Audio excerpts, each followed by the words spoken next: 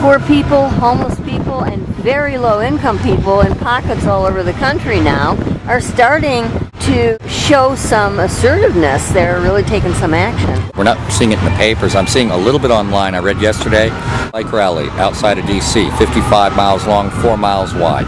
Wonder how many people that was. That's an hour long, 55 miles an hour sitting on the side of the road. 1 hour of bikes going by. That's how many people rallied against what's going on. 2 million bikers was what the goal was. This was real. 55 miles long, 4 lanes wide. They went to D.C.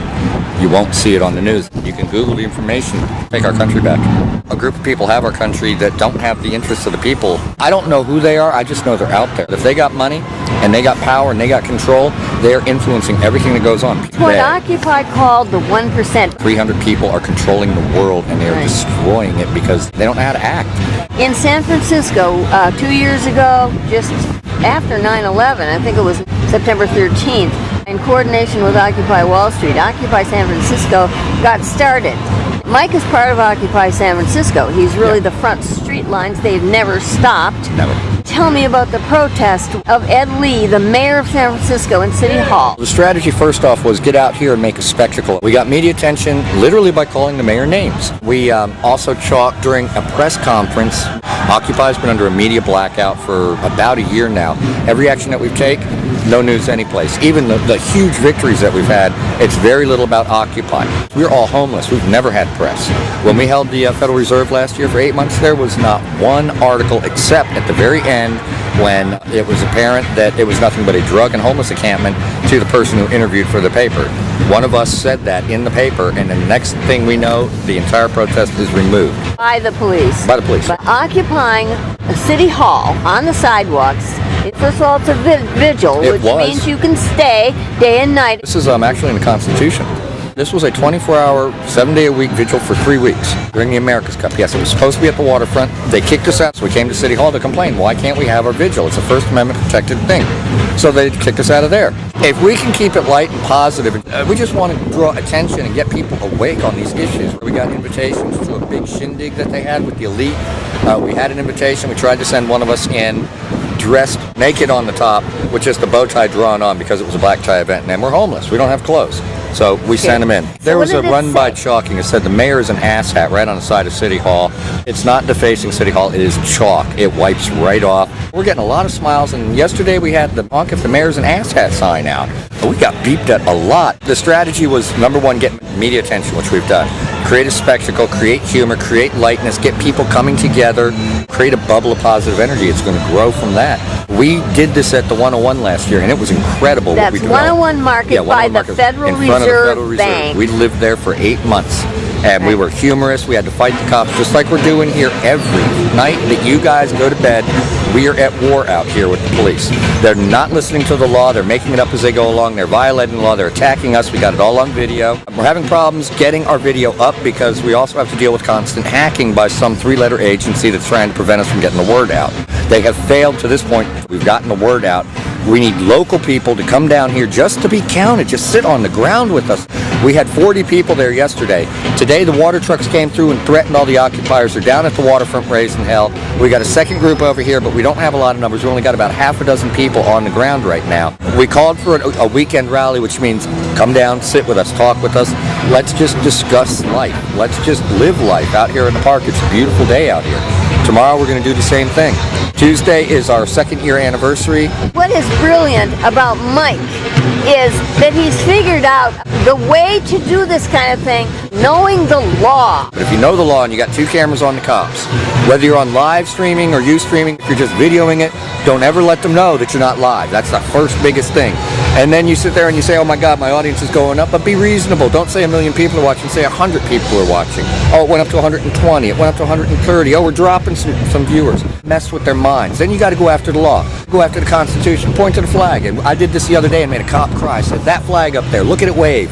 It doesn't mean the same thing anymore now because look what you're doing. If you're not going to sit there and stop this cop from assaulting me, then you're part of it. Excuse my fingers here. That's how I get. No, that's good. But go after their guilt and their conscience. We win cops. And there's going to come a time when we're going to say, Mr. Riot Cop, please take off your helmet, cross the line, and be with your people. Quit being representatives of the police state, be representatives of the Constitution. This is a big, big message. That whole building over there is loaded with oath keepers, someone who's taken the oath. They are everywhere, military, judges, police. It goes along like this. I solemnly swear to uphold the Constitution of the United States against enemies, foreign and domestic. You can get an oath keeper booth going. You can actually go take the oath yourself and become an oath keeper. All that means is when you're out here, keep your oath. And if the other side is not keeping their oath, make sure you remind them. You put the pressure on. You're the people. Your strength is in knowledge of what is right and saying, no, we're not going to take it anymore. I'm strong. What I think is really cool is that you made friends with the cops. All these. Oh my God, they're sending these poor guys over that don't know that they're breaking the law on us. And we're like, okay, look, you see this camera?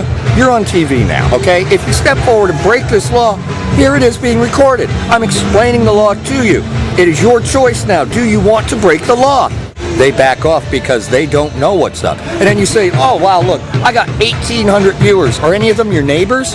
I'm betting they might want to have a question for you when you get off work tonight. You live in our communities. You cannot be breaking the law on us without people knowing. You mind fuck them. Always, always. Most of these cops are on our side. They are stuck. They got families. They got to pay their bills. The cop came up and said, look, this is a military that we're in.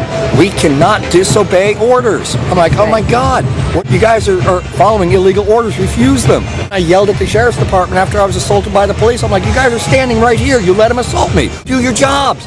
Don't stop. They know the difference between wrong and right. Don't be intimidated by them because they're just human like you. Some of the people inside City Hall were on the side of the occupiers. We had one lady come to the window. We didn't know which office the mayor was in. And she's giving us the thumbs up and she's pointing over there. Yeah, he's up there because the sheriff said he wasn't even in. And she's like, no, he's up there. He's up in that side. So we went and directed our megaphone at him. He did come out and ask if we were going to do this all day. We said, no, sir, we're going to do this all week and all month. All of a sudden, the police got mean with us, so I don't think he liked that answer. He's an asshat, so who cares? What you're looking at, folks, is a major strategist. And what he is doing, with the help of a few other people, is working.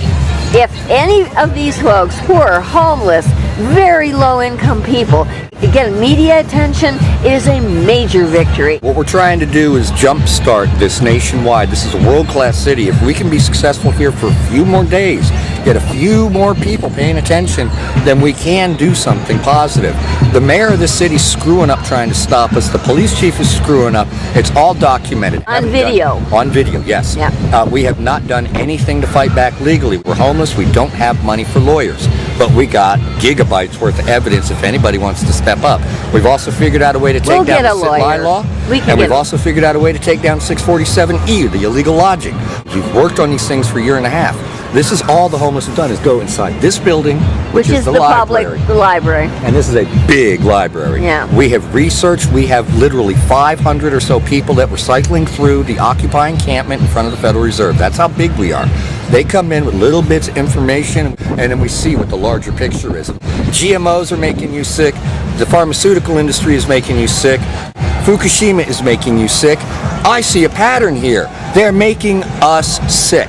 I can't go to the store and get a pill because it's going to make me sicker. I can't go to the doctors because they're going to give me a shot that leaves a bump in my arm that's loaded with mercury that's going to make me dumber. Nobody's got health care. No, what health care? If you look at page 1001 in Obamacare, find out what an RFID chip is.